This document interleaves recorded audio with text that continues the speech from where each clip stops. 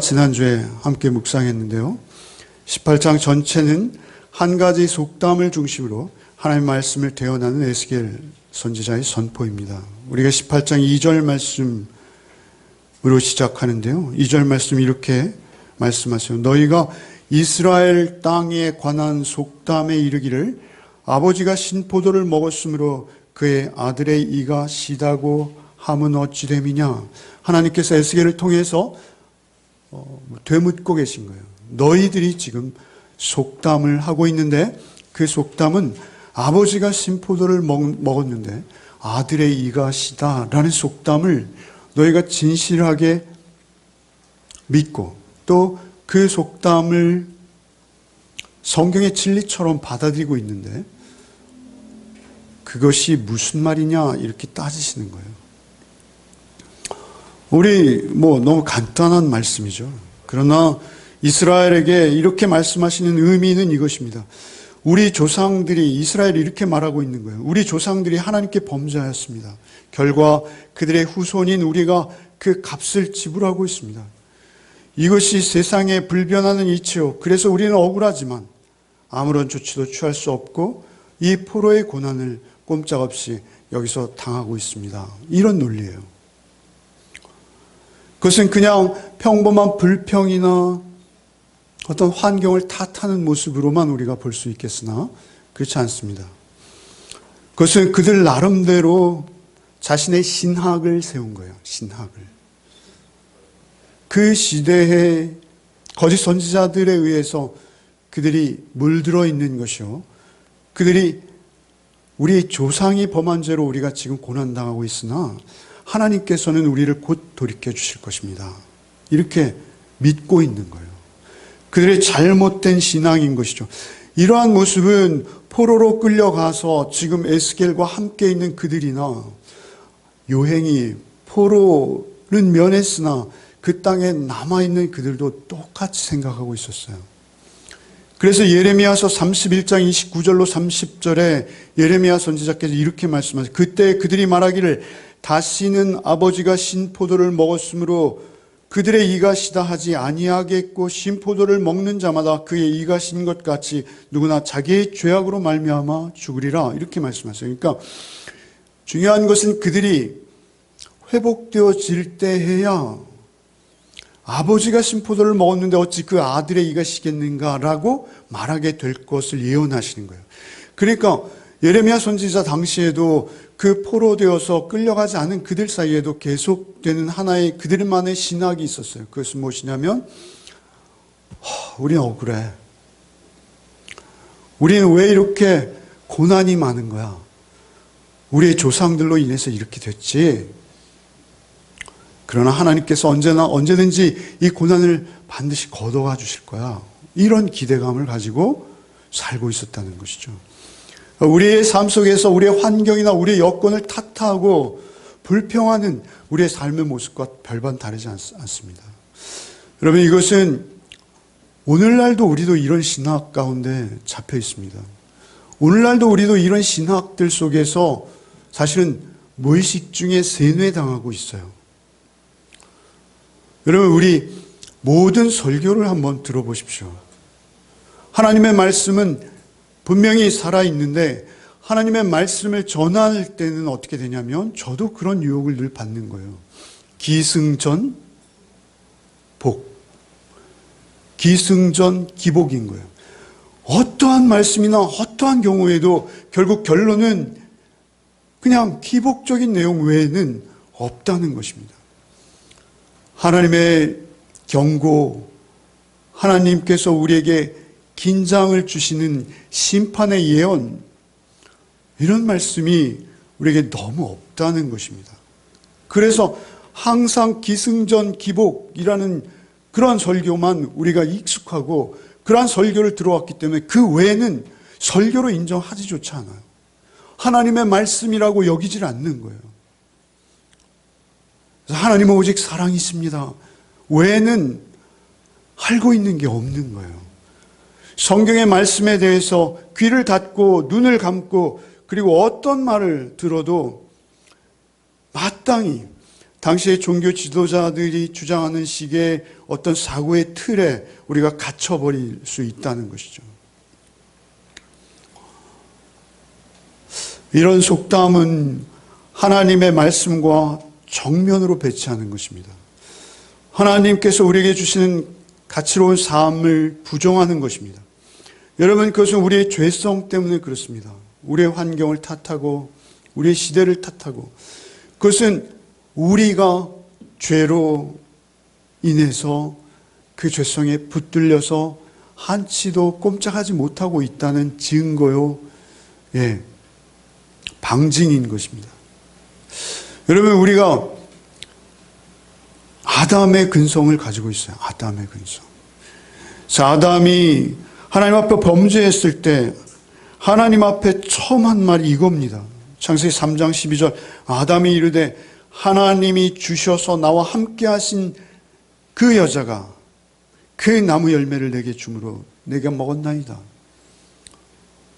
그러니까 우리의 이것이 근성이에요. 우리의 본성, 우리의 아주 뿌리 깊이 있는 우리의 죄성입니다. 에스겔은 하나님의 말씀을 지금 대언하고 있는 것이죠. 아버지와 아들이 모두 하나님께 속해 있다는 것입니다.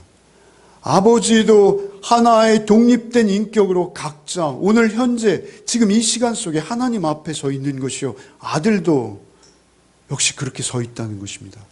아버지가 신포도를 먹었다고 아들의 이가 시다라는 말씀은 성립할 수 없다라고 하나님께서 에스겔을 통해 깨우치시는 거예요. 우리의 환경이, 우리의 혈통이, 우리의 교회가 좋아서 내 신앙이 좋다. 물론 그럴 수 있습니다. 환경적인 요인이 있습니다. 그러나 절대적인 책임은 누가 지는 것입니까? 오직 그 믿음, 그 신앙에 대해서는 하나님 앞에 내가 단독자로 선다라는 것을 말씀하시는 것이죠.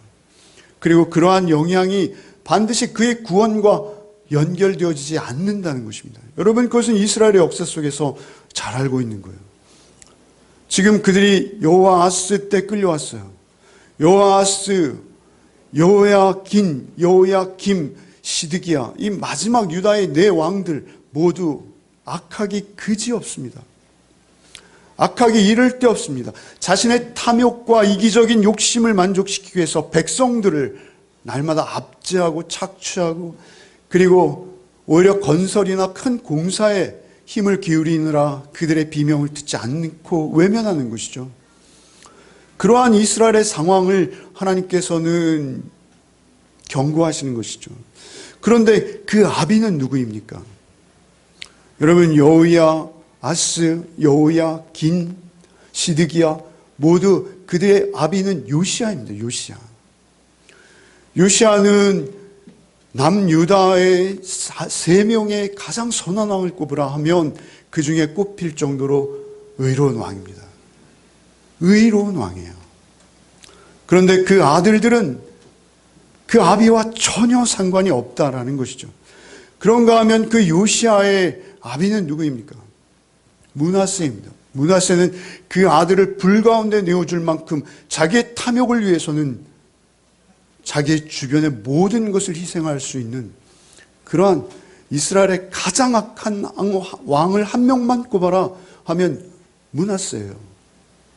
자타가 부인할 수 없는. 그런데 그 므낫세의 아버지는 누구입니까? 히스기야입니다. 히스기야는 다윗 이래로 가장 위대한 왕입니다. 히스기야의 아들이 므낫세요, 므낫세의 아들이 요시야요, 요시야의 아들이 여호아스, 여호야긴, 시드기야인 것이죠. 어떻게 설명할 수 있겠어요? 하나님의 은혜 가운데서 각각 그러한 선한 왕과 악한 왕과 또 선한 왕과 악한 왕이 이어지는 이 상황, 그것은 결코 아버지와 아들의 죄의 값도 그리고 그 믿음의 값도 비례하지 않는다는 거예요. 그것이 유전하지 않는다는 거예요. 오직 각자 하나님 앞에 쓴다는 것이죠. 이스라엘이 지금 범죄하는 것은 무엇이냐면 자기를 돌보지 않는 거예요. 에스겔에게 끊임없이 물으러 와서 하나님은 어떤 분이십니까? 하나님 우리를 회복시켜 주시지 않으십니까? 라고 점괘를 보듯이 그렇게 자기의 이기적인 목적을 달성하기 위해서 하나님을 찾기는 하지만 하나님이 하나님 되시는 것을 결코 인정하지 않는 것입니다. 이스라엘의 모습이라는 것이죠. 하나님은 끊임없이 예스겔 선지자를 통해서 하시는 가장 빈번히 등장하는 말씀 뭐예요? 범죄하는 영혼은 죽으리라 이게요. 범죄하는 영혼은 그 범죄의 대가를 그 영혼이 감당할 것이다. 범죄하는 영혼은 죽으리라. 죄의 삭은 사망이에요. 결과는 하나님께서도 바꿀 수 없는 심판의 무게가 있다는 것입니다. 하나님께서도 그것만큼은 바꿀 수 없으신 거예요. 신명기 24장 16절에 모세가 이스라엘이 가나안 땅으로 들어갈 때 마지막 유언을 하시는 유언의 내용이 무엇입니까? 아버지는 그 자식으로 말미암아 죽임을 당하지 않을 것이요 자식은 그 아버지로 말미암아 죽임을 당하지 않을 것이니 각 사람은 자기 죄로 말미암아 죽임을 당할 것이다. 모세가 그들에게 강조하고 싶었던 말씀이에요. 너의 각자의 죄의 몫을 지게 될 것이니 아버지나 아들과 상관없이 너 자신을 끊임없이 살피라는 그 말씀을 우리에게 주시는 것이죠. 그러한 말씀의 문맥 가운데 이 말씀이 등장하는 거예요. 여러분이 23절 말씀은 설교를 많이 들으셨을 거예요. 그런데 이 말씀은 말이죠, 사실은 이러한 문맥 속에서 나오는 말씀이라는 것을 우리가 알아야 합니다. 다시 한번 우리 이 말씀의 뜻을 그 문맥으로 이어서 한번 다시 새기겠습니다. 다시 한번 읽겠습니다. 그러나 악인이 만일 그의 행한 모든 죄에서 돌이켜 떠나 내 모든 율례를 지키고 정의와 공의를 행하면 반드시 살고 죽지 아니할 것이라. 그 범죄한 것이 하나도 기억함이 되지 아니하리니 그가 행한 공의로 살리라. 주 여호와의 말씀이니라. 내가 어찌 악인이 죽는 것을 조금인들 기뻐하랴? 그가 돌이켜 그 길에서 떠나 사는 것을 어찌 기뻐하지 아니하겠느냐? 만일 의인이 돌이켜 그 공의에서 떠나 범죄하고 악인이 행하는 모든 가증한 일대로 행하면 살겠느냐? 그가 행한 공의로운 일은 하나도 기억함이 되지 아니하리니 그가 범한 허물과 그가 지은 죄로 죽으리라. 사실은 긴 문장으로 되어 있습니다만 이 문장을 좀 간략하게 요약하면 우리 더 쉽게 이해할 수 있어요. 이 문장에서 가장 중요한 단어는 슈브라는, 돌이키다라는 단어예요. 돌이키다. 돌이킨다는 것은 내가 지금 어떤 방향으로 가고 있다가 그 방향을 180도 바꾸는 것입니다. 그것을 슈브, 돌이킨다라는 단어로 번역하는 것이죠. 여러분, 이 단어가 21절에 어떻게 나옵니까? 아무리 많은 죄악, 우리가 생각하기에 참으로 끔찍한 죄악, 그 어떤 죄악일지라도 그 죄악으로 살다가 그가 만일 돌이켜 하나님을 향하면 그는 그가 지은 모든 죄에 대해서 사면될 것이요, 내가 그 죄를 기억도 아니할 것이요, 그는 반드시 살리라. 다른 곳에서는 내 생명을 두고 살리라. 하나님께서 당신의 생명을 걸고 그는 살 것이다라고 말씀하세요. 하나님은 영존하세요. 생명을 걸고라는 말씀은 변할 수 없는 절대 진리라는 거예요. 그래서 슈브라는 단어가 등장하고 있는 거예요. 그런데 놀라운 것은 24절에 말이죠. 이렇게 말씀하세요. 만일 의인이 돌이켜라는 것은 역시 슈브예요. 의롭게 살았어요. 의롭게 잘 살아왔는데 그 의인이 돌이켜 그 공의를 떠나서 범죄하고 악인이 행하는 모든 가증한 일을 그대로 행하면 살겠느냐? 반문하시는 거예요. 반문.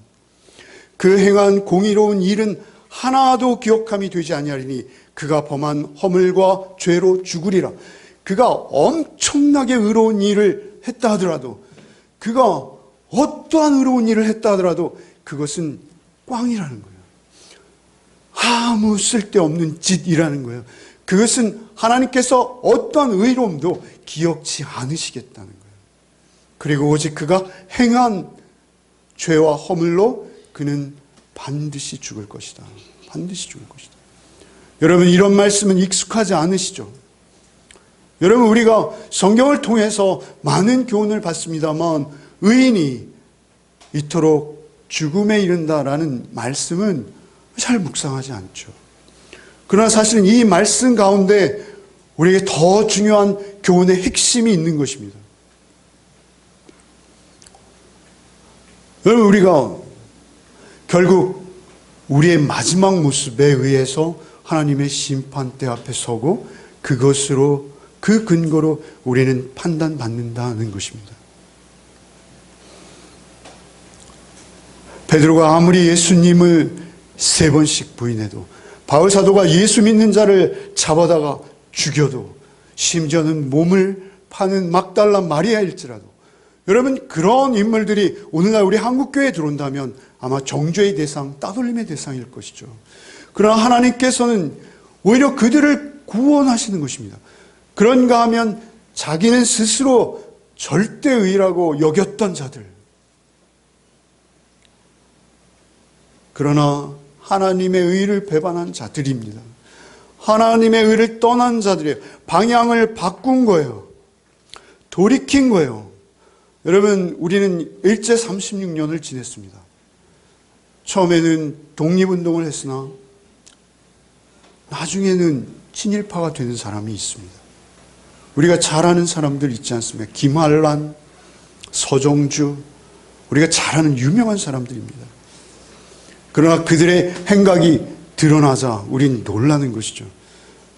그들이 그 전에 외쳤던 독립을 위해서 선언하고 외쳤던 그 희생과 섬김은 사실 그들의 마지막 해방될 때의 모습, 우리나라 자유가 왔을 때의 모습은 완전한 변절자로 드러나는 것이죠. 그런가 하면 그 반대의 경우도 있다라는 것이죠. 하나님의 나라는 그런 것입니다. 결국 우리가 하나님 앞에 어떠한 모습으로 현재, 지금 존재하는가만 보시겠다는 것입니다. 지금만 보시겠다는 거예요. 그 말 가운데 23절이 있는 거예요. 사실 23절을 우리가 묵상하고 싶은 것이죠. 23절 다시 한번 읽어보실까요? 한번 읽어보시겠습니다. 주 여호와의 말씀이니라. 내가 어찌 악인이 죽는 것을 조금인들 기뻐하랴. 그가 돌이켜 그 길에서 떠나 사는 것을 어찌 기뻐하지 아니하겠느냐. 여기서도 결국 돌이켜라는 단어가, 슈브라는 단어가 매 절마다 중심인 거예요. 돌이키는 거예요. 너희가 아무리 악할지라도, 지금 포로되었다 할지라도, 바벨론의 포로가 되어서 바벨론에 부하 뇌동하고 있을지라도 너희가 나의 나라, 하나님의 나라를 향해서 돌이키기만 하면 내가 너희를 절대 구원하리라. 그리고 나는 오직 그것만이 나의 기쁨이요, 나는 그것을 위해서 존재한다. 이렇게까지 말씀하십니다. 여러분, 우리 집사님께서 기도하실 때 기도하셨습니다만 하나님께서는 냉정하게 법을 집행하는 것이 목적이 아니세요. 하나님은 오히려 그 심판을 두고 하나님은 번민하시고 갈등하세요. 다만 그 심판 가운데 의와 불의로 나눌 때 우리가 의의 편에 서기를 원하셔서 이토록 간절히, 여러분, 심판을 많이 할수록, 심판에 대한 말씀을 하나님께서 많이 언급하실수록 하나님의 분노가 우리에게 쏟아지는 것 같지만 사실 그것은 정반대입니다. 그래서 하나님은 우리를 사랑하시는 거예요. 하나님께서 우리를 사랑하시기에 제발 악에서 돌이켜 슈브 나를 바라는 것입니다. 환경이 중요하지 않다는 거예요. 오히려 우리의 주도권이 말이죠, 하나님의 통치와 온전한 다스림이 아닌 바벨론의 통치 속에 있을 때 우리의 정체성은 더 드러납니다. 여러분, 우리가 어려움을 당하고 고난을 당할 때만 내가 하나님의 사람인지 사단의 종인지 드러나게 됩니다. 그것은 평탄하고 아주 승승장구하는 속에서 드러나지 않습니다. 우리 어려움과 고난, 그 속에서 포로에 끌려가 있을지라도 그 속에서 드러난다는 것이죠. 이스라엘에게 지금 하나님께서 기대하시는 것은 그 자리에서 돌이키기를 원하시는, 슈브하기를 원하시는. 그러나 그들은 끝없이 그 자리에서도 돌이키지 못하고 계속 아비가 포도를 먹어서 우리 이가 이토록 쉬다 라는 그 말을 반복하고 있는 것이죠. 하나님께서는 아버지의 심정입니다. 하나님의 열심, 하나님의 부성애. 여러분, 어느 아버지가 그 아들이 잘 되기를 바라지 않겠어요? 근데 잘 된다는 것은 우리에게 중요한 의미가 있습니다. 세상에서 잘 되는 것이 아니라 하나님을 믿고 신뢰하면서 잘 되는 것. 하나님의 마음이 가장 잘 드러나는 것을 베드로는 이렇게 말하고 있어요. 베드로는 베드로후서 3장 9절 말씀에 오직 주께서 너희를 대하여 오래 참으사 아무도 멸망하지 아니하고 다 회개하기에 이르기를 원하시느니라. 바울 사도도 동일합니다. 바울 사도도 디모데 전서 2장 4절에 하나님은 모든 사람이 구원받으며 진리를 아는 데 이르기를 원하시느니라. 하나님의 심정은 언제나 동일하십니다. 하나님은 악인에게나 선인에게나 비를 주시고 햇볕을 주십니다. 여러분, 누가복음 1장에 보면 세례요한의 아비 사가랴가 예수께서 임하시는 모습을 이렇게 노래하고 있어요. 오직 주께서는 너희를 대하여 오래 참으사 누가복음 1장 78절 이는 우리 하나님의 긍휼로 인함이라 이로써 돋는 해가 위로부터 우리에게 임하며 이렇게 노래하고 있어요.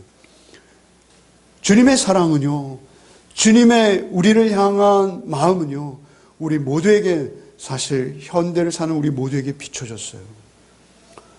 주님께서 전하시는 메시지도 하나입니다. 회개하라. 하나님의 나라가 임하였느니라. 주님의 말씀이에요. 처음 복음을 전하신 말씀이요, 마지막 전하신 복음의 말씀. 회개하라. 하나님의 나라가 임하였다. 정말 우리가 하나님의 나라의 시민으로서 하나님 안에서 살고 있는가? 오직 십자가의 길로만 그 길을 갈 수 있기에 우리는 늘 내가 그 십자가의 길로 주의 몫에 태운 십자가 지고 따르고 있는가? 선과 악이 다른 것처럼 이것은 영원히 나뉘어지는 길입니다. 우리는 하나님의 원하심을 따라 하나님께서 우리에게 보낸 초촉장을 들고 하나님의 말씀이 그런가 그렇지 않은가 늘 따지며 그 말씀을 우리의 삶 속에 다소라도 나타내기 위해서 최선을 다하는 삶을 사는 거예요. 그 말씀은 창조주의 음성이기 때문에 그렇습니다. 창조주, 하나님께서 우리를 창조하신 분이세요. 그래서 하나님만 우리를 새롭게 하실 수 있습니다. 그 창조주 하나님께서 우리를 당신의 형상, 당신의 인격으로 회복시키기 위해서 하나님의 일을 하시는 것이죠. 그 일은 하나님의 말씀으로만 이루어질 수 있게 우리가 그 말씀을 매일 먹는 거예요. 여러분, 에베소 2장 10절 말씀에 이렇게 말씀하세요. 에베소 2장 10절 우리는 그가 만드신 바라 그리스도 예수 안에서 선한 일을 위하여 지으심을 받은 자니 이 일은 하나님이 전에 예비하사 우리로 그 가운데서 행하게 하려 하심이라. 하나님께서 우리를 만드셨어요. 그리고 우리를 선한 일을 위하여 지으셨다 하세요. 새롭게 우리를 새 창조하시죠. 무엇을 위해서요? 하나님이 우리를 예비하사 그 가운데서 행하게 하려 한다. 그 가운데서는 교회라는 공동체 안에서 우리의 행위를 보시겠다라는 것이에요. 우리가 어떠한 삶을 살아내고 있는지를 보시겠다는 거예요. 회개는요, 일종의 새로운 창조입니다. 절대 인간의 능력으로 되어지지 않습니다. 그것은 오직 하나님 홀로만 만드실 수 있는 특별한 작품이에요. 하나님의 창조 본능, 하나님의 창조 솜씨, 하나님의 창조 섭리로만 우리는 새 창조를 힘입을 수 있습니다. 그런데 우리는 자꾸 함정에 빠집니다. 포로지에 끌려와 있는 우리는 왜 그런데 구원받지 못하는 자들이 이토록 많을까?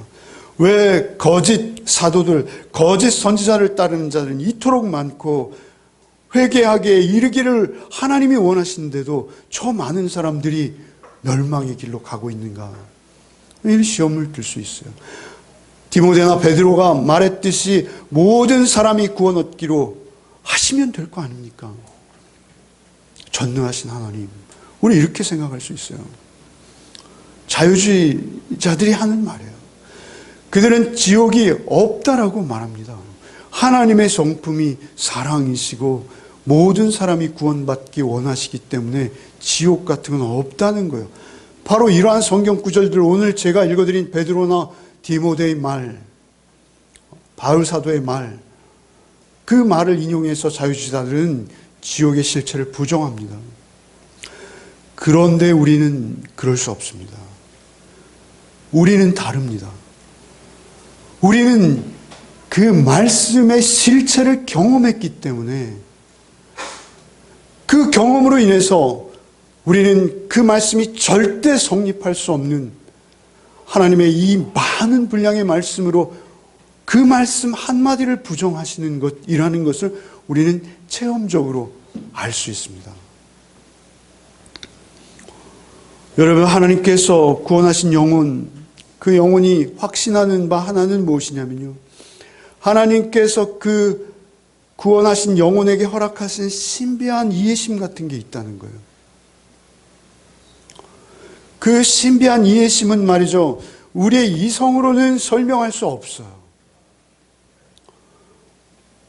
그것은 하나님께서 슈브, 돌이키라는 말씀에 순종하여서 돌이키는 삶을 행위로 반응한 자에게 주시는 하나님의 은혜입니다. 그래서 그 자유주의자들이나 또는 현대신학이 말하는 그 신학에 동의할 수 없는 거예요. 우리는 우리의 이성으로 하나님의 그 계획과 작정을 다 이해할 수는 없어요. 그것은 우리가 인정해야 합니다. 그리고 또한 그걸 설명할 수도 없어요. 너무나 우리의 이성을 초월하기 때문에요. 여러분, 만약에 여러분의 생각과 여러분의 사고 범위 안에 하나님을 다 담을 수 있다라면 여러분 하나님보다 큰 자입니다. 우리는 하나님의 피조물이에요. 그래서 하나님을 우리의 사고나 이성으로 완전히 100% 이해하려 든다면 그거와 같은 교만은 없는 거예요. 여러분, 우리는 다만 그 말씀을 듣고 그 말씀을 향해 돌이킬 수 있는 권한만 있습니다. 그렇게 돌이킬 때 하나님의 자비와 사랑을 우리는 깨달아 알 수 있습니다. 에스겔은 이스라엘을 향해서 지성적으로 그들을 이해시키려고 하는 것이 아닙니다. 우리의 지성으로 다 담을 수 없는 하나님의 계획에 대해서 그들과 미묘한 논쟁을 통해서 그들을 설득하겠다는 것도 아닙니다. 그들에게 돌이키라는 것입니다. 너의 삶의 행위, 너의 삶의 방향, 그것을 하나님을 향해 돌이키라는 것입니다. 행위로 반응하라는 것입니다.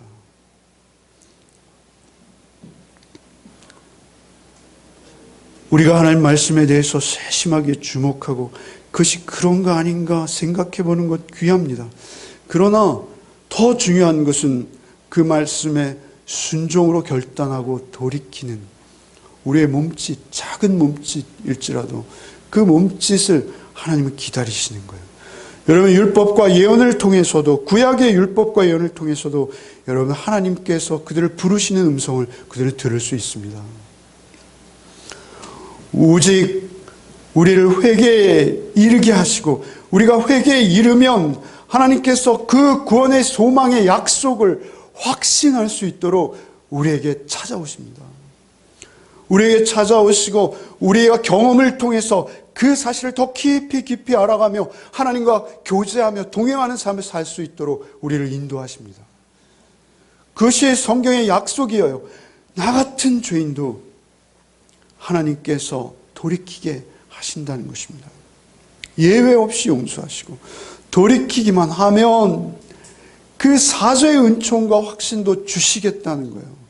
여러분, 사실 우리는 다 살인한 자입니다. 여러분, 우리는 다 사실 한 명도 예외 없이 간음한 자예요.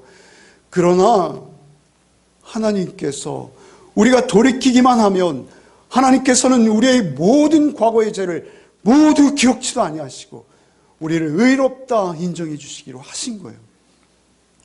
어떠한 상황에서도, 그것이 바벨론의 한복판에서 그 세상의 물결에 휩쓸리는 상황 속에서도 하나님께 우리가 돌이키기만 하면 하나님은 그 자리에서 선하고 의로운 삶을 행하며 살아갈 수 있는 힘과 능력으로 우리를 찾아오시고 우리를 도우시고 우리를 그렇게 살아가도록 인도해 내시겠다는 것이죠.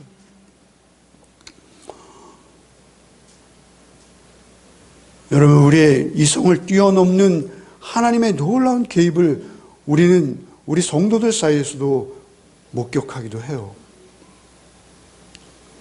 그러나 더 중요한 것은 나인 것입니다.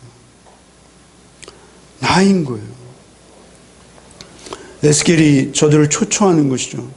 회개하기만 하면 하나님께서 즉시 만나주시고 하나님께서 자신이 어떤 분이신 것을, 그 인자하심과 그 사랑하심을 나타내 보여주시겠다라고 언약하신 것, 그것을 붙들라는 것입니다.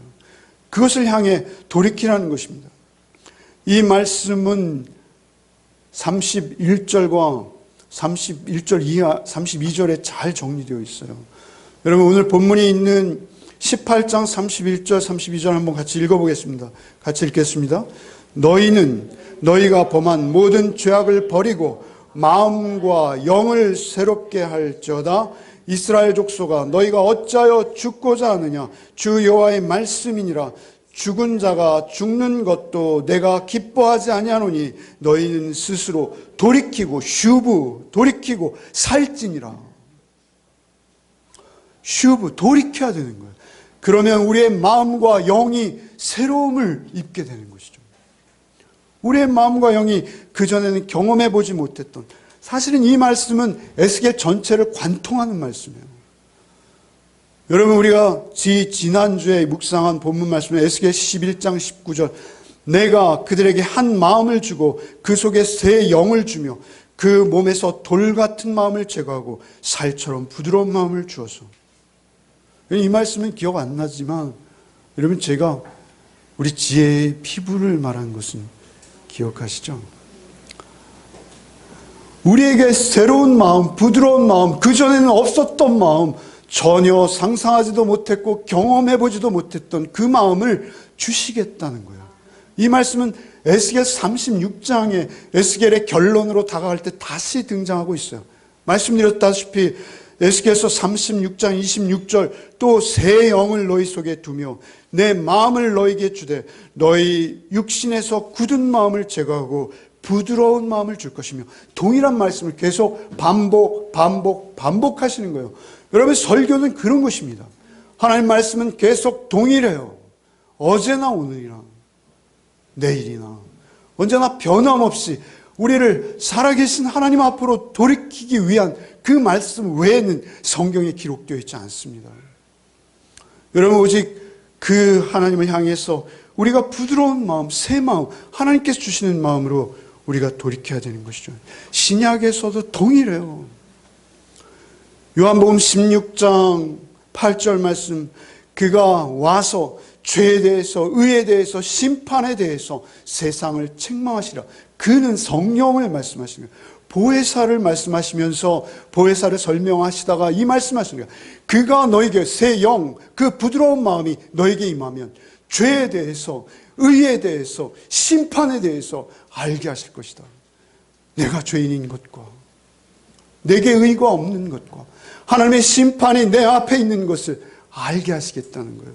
성령이 우리에게 찾아오시면 첫째, 그 두려운 마음을 우리에게 회복시켜 주시는 거예요. 여러분, 우리가 성령의 도우심 없이 세상에서 의의 삶을 살아내는 길은 없습니다. 성령께서 우리에게 찾아오셔서 우리의 비참한 모습을 보게 하시고 예수 그리스도를 통해서만 구원을 주시는 것을 깨닫게 하시고 우리를 고치시고 우리를 치유하시는 거예요. 이것을 위해서 하나님은 우리의 상처를 치유하시려고 당신의 아들을 십자가에 찢으시는 거예요. 하나님께서 우리를 살리시기 위해서, 우리의 생명 주시기 위해서 하나님께서 당신의 아들의 생명을 취하시는 거예요.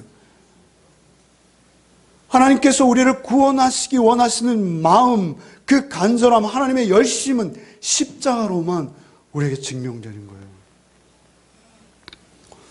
여러분, 하나님께서 그토록 죄인의 죽음을 원하지 않으십니다.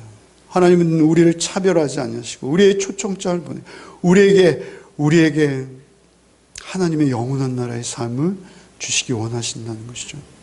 우리가 늘 오해하지 말아야 될 것이 있어요. 에스겔서에 보면 계속 행함을 강조하세요. 오늘 본문에도 행함이에요. 행함. 그 행함이라는 것은 무엇입니까? 여러분, 그것은 말이죠. 여러분, 제가 논리적으로 모순이 있어요. 그래서 잘 압니다. 그런데 행함은 말이죠. 구원의 절대 조건이 아닌데 말이죠. 행함은 구원의 절대 조건입니다. 그것은 무슨 말이냐면요.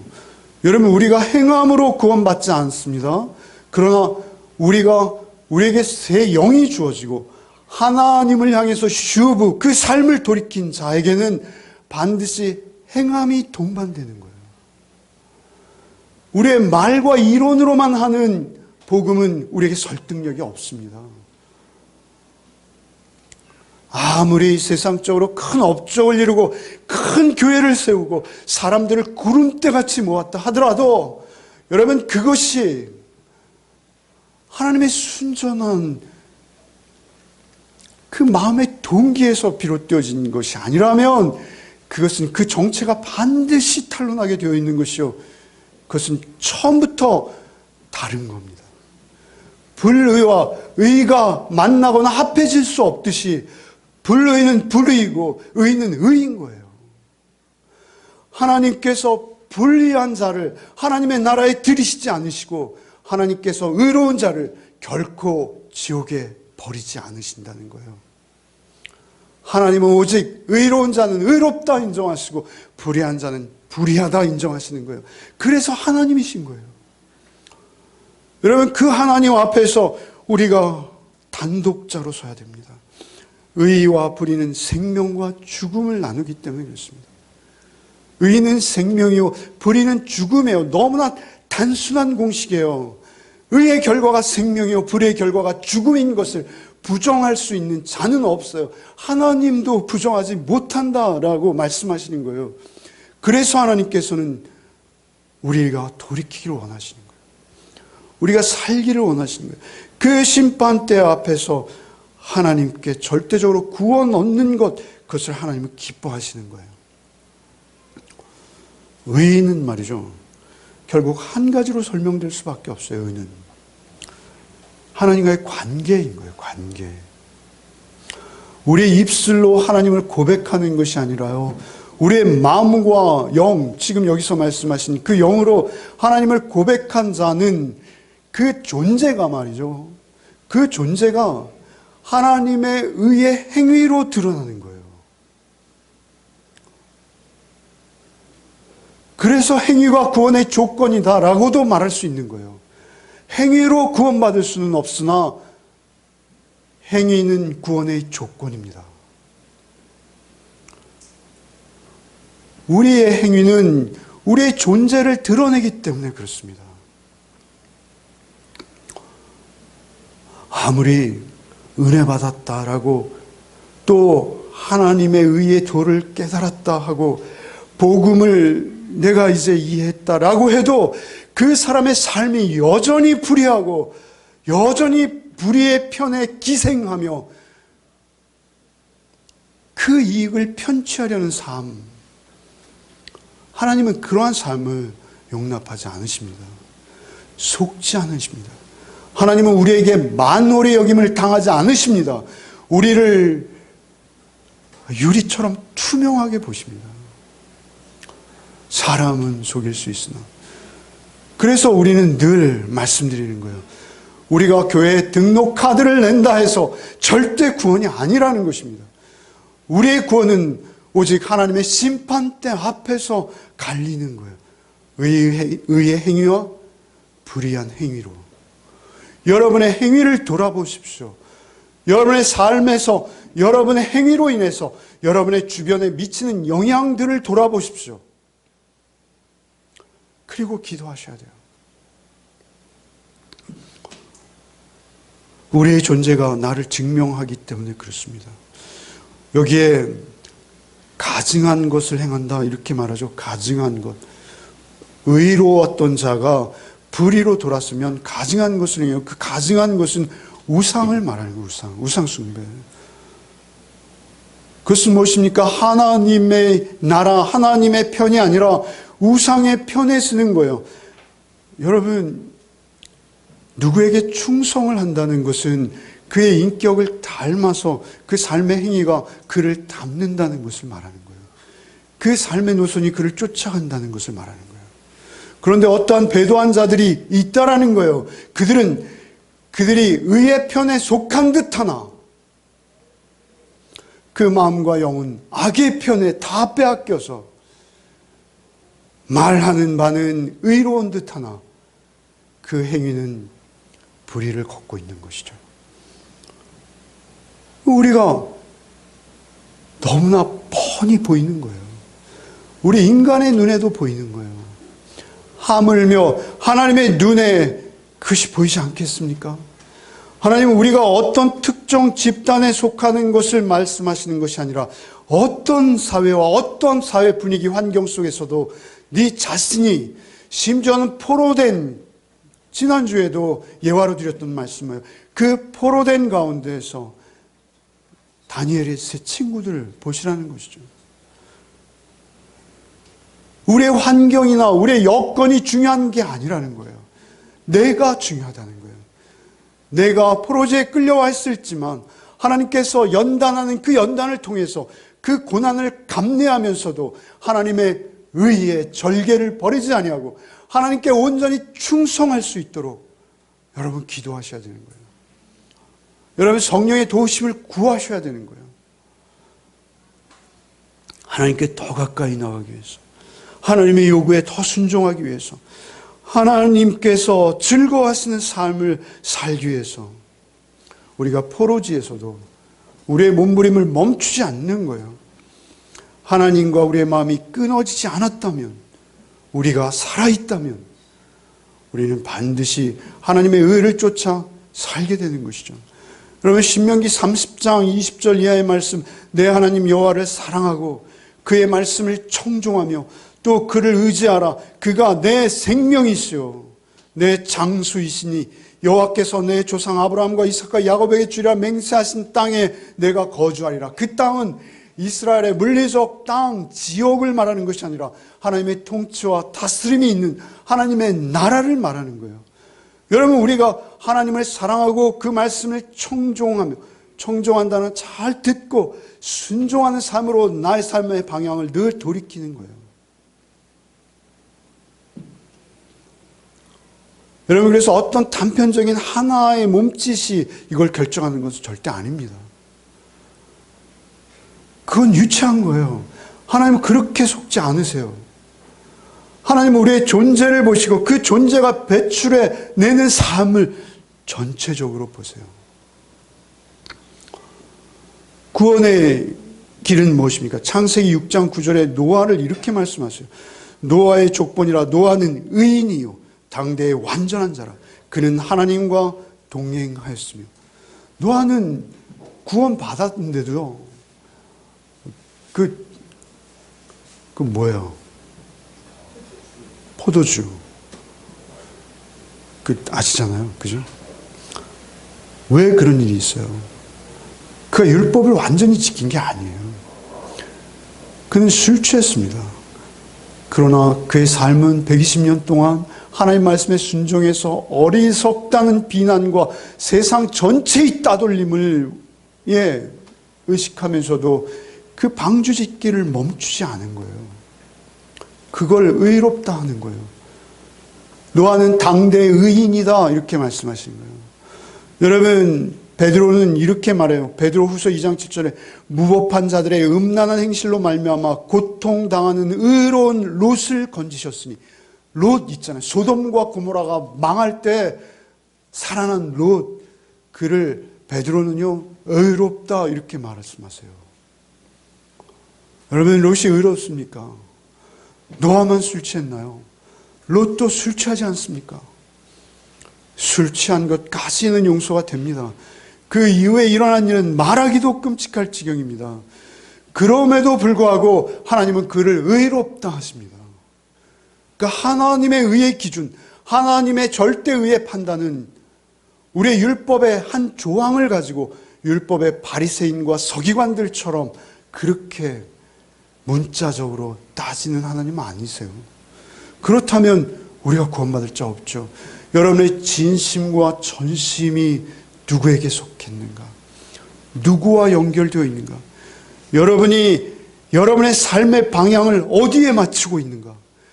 그 삶의 전체적인 방향이 누구를 향하고 있는가? 하나님 그걸 보시는 거예요. 그리고 의롭다 하세요. 그리고 불리하다 하세요. 의롭다, 불의하다를 판정하시는 분은 하나님 한 분이십니다. 옛날에 중세에 말이죠. 배들이 항해할 때 그들의 생명을 의지하는 것은 나침판이었다고 합니다. 나침판. 방향이 중요하죠. 그들이 방향을 틀리게 맞추면 파손하고 침몰하고 난파되는 거예요. 암초에 부딪히고. 그 방향이 그들에게 생명인 것이죠. 그런데 가판원이 말이죠. 그 나침판에 뭐 막 이렇게 새똥도 붙어 있고, 그거 이렇게 긁다가 칼에 있는 조그만 조각이 똑 부러져서 나침판에 들어간 거예요. 어떻게 됐겠어요? 배는요, 하루 이틀만 다른 방향으로 조수를 타고 흘러가면요, 회복할 수 없을 만큼 멀리 가버립니다. 우리 인생도 동일해요. 여러분, 우리 인생에 우리가 그 방향성을 계속 유지하고 가야 하는데 말이죠. 그 방향에 자꾸 죄라는 놈이 우리를 틈탄다라는 것이죠. 그래서 그 작은 칼에 그 칼끝에 조그만 조각이 부러져서 떨어져도 말이죠. 우리는 상처 입습니다. 우리는 우리의 방향이 틀려버릴 수 있다는 것입니다. 그래서 우리는 늘 깨어있고 경계해야 되는 거예요. 그래서 똑같은 하나님의 말씀을 계속 반복해서 듣는 거예요. 말씀이 다른 게 아니에요. 그 말씀 속에서 우리의 방향을 늘 나침판 말씀인 거예요. 그 방향을 늘 수정하는 거예요. 또 틀렸네. 또 벗어났네. 이만큼 내 각도가 틀어졌네. 말씀으로 우리가 죄로부터 구별되어질 수 있는 거예요. 오직 그 보혈의 공로를 우리는 한 번 의지하는 것이 아니라 구원받았다면 우리가 방향을 잃지 않도록 늘 죄 앞에서 우리가 그 방향을 점검해야 하는 거예요. 여러분, 성경 신구약을 통틀어서 말이죠. 가장 위대한 인물이 누구입니까? 바울이에요, 바울. 그죠? 근데 바울이 어떻게 말하는지요? 바울 고린도전서 9장 20절, 내가 내 몸을 쳐 복종하게 하면 내가 남에게 전파한 후에 자신이 도리어 버림을 당할까 두려워함이로다. 바울같이 위대한 사도도 말이죠. 그 유럽 전체를 복음화시키고 말이죠. 내가 구원받지 못할까 두렵다라고 고백하고 있어요. 내 몸을 쳐서 내가 하나님 말씀 앞에 복종시킨다라고 고백하고 있어요. 그리고 고린도 성도들 향해서 동일하게 말씀하세요. 고린도전서 10장 12절, 그런즉 선줄로 생각하는 자는 넘어질까 조심하라. 우리가 의로웠어요. 의로웠어요. 그런데 잘 가다가요, 대마와 같이 말이죠. 세상이, 바벨론이 너무나 아름답고 커 보여서 말이죠. 우리는 가던 길의 방향을 수정할 수 있는 자들이에요. 언제든지. 그것을 잊지 말아야 합니다. 그래서 언제나 하나님 말씀의 방향타를 마치고 우리의 말씀을 돌이키는 거예요. 주일날 여러분이 와서 위로와 소망은 여러분의 얄팍한 웃음이 아니라 여러분의 방향이 수정되어지는 것이 축복입니다. 여러분의 방향이 내가 잘못 되었다는 것을 깨닫고 주님 앞에 돌이킬 수 있는 기회를 얻는 것이 우리의 소망입니다. 그것을 통해서 우리는 하나님 앞에 나아갈 수 있는 거예요. 요한 사도는 이렇게 표현하세요. 요한일서 2장 19절, 그들이 우리에게서 나갔으나 우리에게 속하지 아니하였나니 만일 우리에게 속하였더라면 우리와 함께 거하였으려니와 그들이 나간 것은 다 우리에게 속하지 아니함을 스스로 나타내려 함이라. 여러분, 이것은 요한이 섬기던 어떤 그 특정 교회를 말하는 것이 아니에요. 하나님의 나라를 말하는 거예요. 하나님의 나라에 속한 자라면 그 하나님의 정당한 말씀, 의의 말씀에 순종하며 그 말씀을 꼭 붙들고 버텼을 텐데, 그들이 우리를 떠나간 것은 그들이 불의하다는 것을 그들 스스로가 증명하는 것이다. 요한 사도가 그렇게 당당하게 말씀하시는 거예요.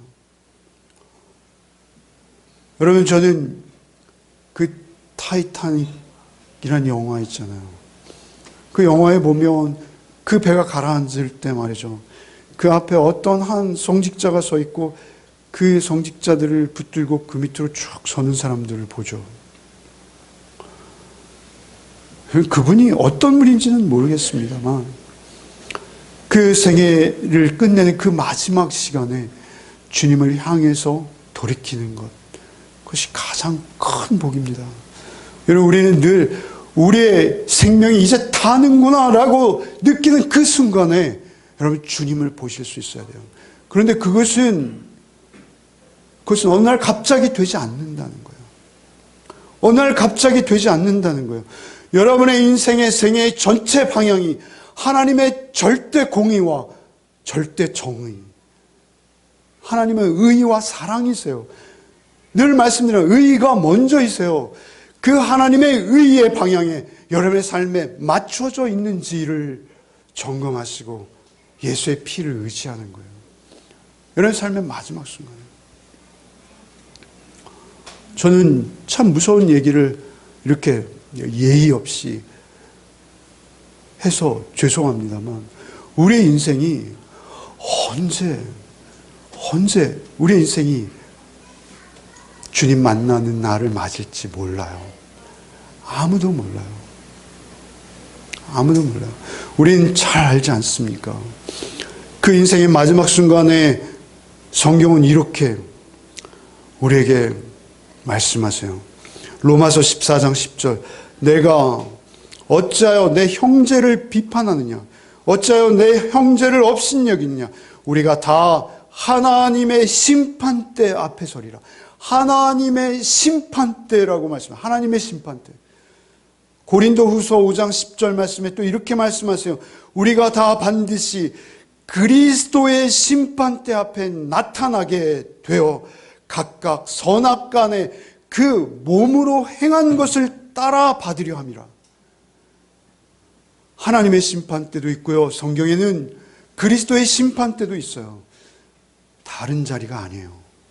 여러분, 우리를 심판하는 그 자리에는 하나님도 계시고 우리 주 예수 그리스도도 함께 계십니다. 그분은 성령님과 함께 하나이세요. 그래서 우리를 심판하실 그 자리가 우리 앞에 있다는 것을 잊지 마시는 여러분 되시기 바랍니다. 그때만 우리는 자유할 수 있어요. 그때만 우리는 포로지에서도 하나님 안에서 평안할 수 있습니다. 예수께서 마태복음 24장 13절 말씀에 거짓 선지자들 그리고 많은 사람들이 미혹당하고 있으나 이렇게 말씀하세요. 그러나 끝까지 견디는 자는 구원을 얻으리라, 이렇게 말씀하세요. 끝까지 견디는 자, 그 심판대가 있다는 것을 아시고 끝까지 잘 견뎌내시는 저와 여러분 되시기를 바랍니다. 오직 잘 견디시기를 바랍니다. 더우시죠? 여기는 시원한가요? 네. 여러분, 한 주간의 삶이 또 덥죠. 푹푹 찔 겁니다.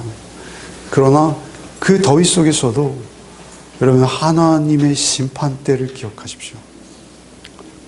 그러면 여러분 별로 덥지 않으실 거예요. 그리고 주의 보혈을 의지하십시오. 주의 보혈을 의지해서 의로운 삶을 살아내기 위해 여러분의 삶의 순간순간을 하나님께 기도하며 하나님께 드리십시오. 그러면 더위가 물러갈 뿐만 아니라 여러분이 큰 기쁨으로 하나님께서 우리를 구원하시고자 하시는 그 기쁨이 우리 안에 성취된 기쁨으로 여러분 기쁨을 누리실 수 있을 줄 믿습니다. 더위의 환경이 여러분을 먹지 못해요. 포로지의 환경이 구원받을 다니엘과 세 친구를 삼키지 못했듯이 한 주간도 승리하시는 저 여러분 되기를 바랍니다. 주님, 온전히 주님만 의지하기를 원합니다. 우리의 시선이 향하는 방향이 언제나 주님의 말씀의 나침판이 되게 하여 주옵소서. 겸손히 하나님과 온전한 동행을 이루는 삶이 한 주간도 펼쳐지기를 원하올 때 성령께서 우리 각자를 온전히 홀로 인도하여 주시기를 바라올 때 우리를 그 피로 구속하신 예수 그리스도의 이름 받들어 기도하옵나이다. 아멘. 이제는 우리 구주 예수 그리스도의 은혜와 하나님 아버지의 극진하신 사랑과 성령의 내주 교통 충만케 하시는 은총이 오직 우리 인생의 방향이 하나님께만 늘 돌이켜 향하기를 원하는 우리 가족들 위해 이제부터 영원토록 함께 계시기를 축원하옵나이다. 아멘.